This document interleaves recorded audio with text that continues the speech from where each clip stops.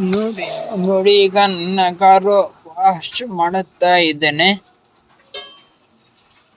ಯಾವಾಗಲೂ ಯಾವುದೇ ಒಂದು ವೆಹಿಕಲ್ ಆಗಲಿ ವಾಶ್ ಮಾಡುವಾಗ ಮುಂದಿನ ವೈಪರನ್ನು ತೆಗೆದು ವಾಶ್ ಮಾಡಿ ಅದು ಚೆನ್ನಾಗಾಗುತ್ತೆ. ಏಕೆಂದರೆ ವೈಪರ್ ಗ್ಲಾಸ್ ಕ್ಲೀನ್ ಮಾಡುತ್ತೆ ಅಲ್ವಾ, ಅದಕ್ಕೆ ಅದು ವೈಪರ್ ನಾವು ಕ್ಲೀನ್ ಮಾಡಬೇಕು.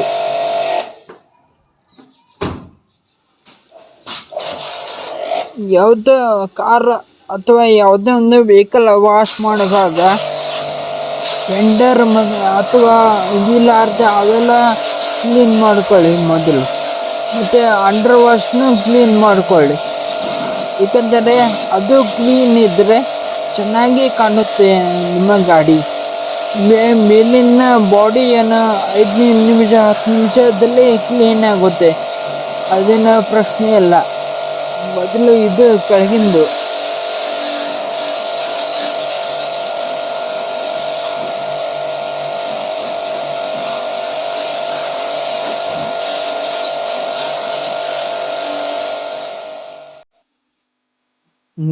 ನೋಡಿ ಗೆಳೆಯರಿ, ಈಗ ನಾನು NR ಕಂಪ್ನಿದು ಕಾರ್ ವಾಶ್ ಯೂಸ್ ಮಾಡುತ್ತೇನೆ. ಅದು ಶಾಂಪೂ ಯೂಸ್ ಮಾಡುತ್ತೇನೆ, ನೋಡ್ತಾ ಇರಿ.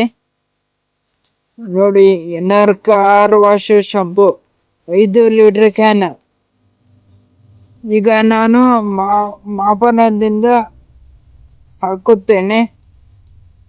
ನೋಡಿ, ನನ್ನ ಕಡೆ ಮಾಪನ ಇದೆ, ತೋರಿಸುತ್ತೇನೆ. ಸಾಧ್ಯವಾದರೆ ನಿಮಗೆ ಲೈಟ್ ಇಲ್ಲ, ಅದಕ್ಕೆ ಕಾಣ್ತಾ ಇಲ್ಲ, ಮತ್ತೆ ರಾತ್ರಿ ಆಗಿದೆ ಅದಕ್ಕೆ ಕಾಣ್ತಾ ಇಲ್ಲ. ಈಗ ನಾನು NR ಶಾಂಪೂನಿಂದ ಮಾಪನದಿಂದ ಫೋಮ್ ಕ್ಯಾನ್ನಲ್ಲಿ ಹಾಕ್ತಾ ಇದ್ದೇನೆ. ನೋಡಿ, ಈಗ ಹೀಗೆ ಬರುತ್ತೆ ಅಂತ ನೋಡಿ.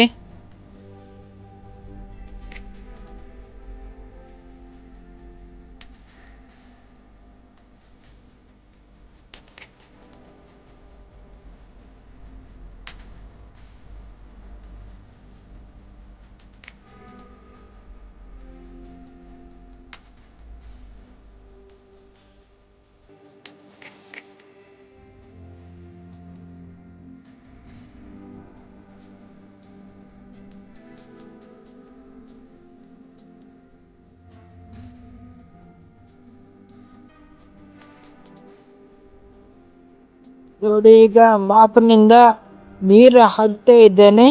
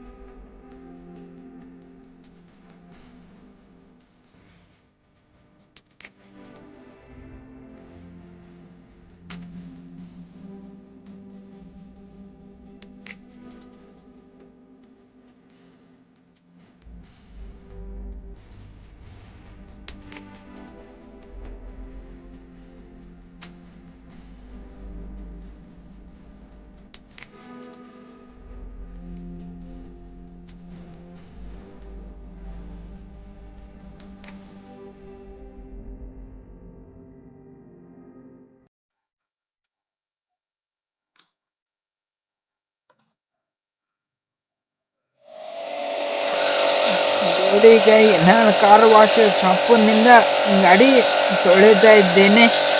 ನೋಡಿ ಎಷ್ಟು ಚೆನ್ನಾಗಿದೆ ನೋಡಿ. ನಿಮಗೆ ಕಾಣ್ತಾ ಇರಬಹುದು ರಾಡಿ ಎಲ್ಲ ಕೆಳಗೆ ಬರ್ತಾ ಇದೆ. ಅಷ್ಟೇನು ಕಾಣ್ತಿಲ್ಲ ಅಂದರೆ ಕ್ಷಮಿಸಿ. ನಿನ್ನೆ ಚೆನ್ನಾಗಿ ವಿಡಿಯೋ ಮಾಡುತ್ತೇನೆ.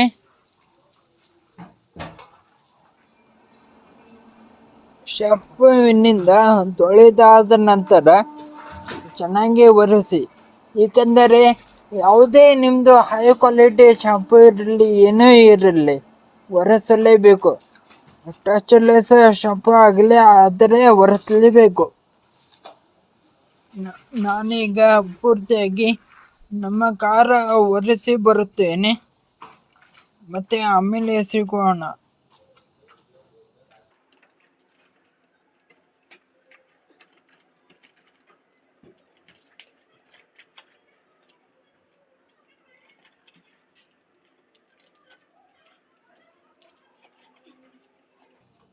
ಶಾಂಪೂ ಹಚ್ಚಿ ಒರೆಸಿ ಆದ ಮೇಲೆ ಬಟ್ಟೆಯನ್ನು ಈ ಥರ ಮಾಡಬೇಕು. ಏಕೆಂದರೆ ರಾಡಿ ಎಲ್ಲ ಆ ಬಟ್ಟೆಯಲ್ಲಿ ಇರುತ್ತೆ. ಈಗ ಫೈನಲ್ ಎಲ್ಲ ಮಾಡಾಯ್ತು. ಈಗ ಫೈನಲ್ ವಾಷಿಂಗ್ ಹೇಗಿತ್ತು. ಇನ್ಯಾರ ಕಾರ್ ವಾಶ್ ಶಾಂಪೂ ಕಮೆಂಟ್ ಮಾಡಿ ಹೇಳಿ.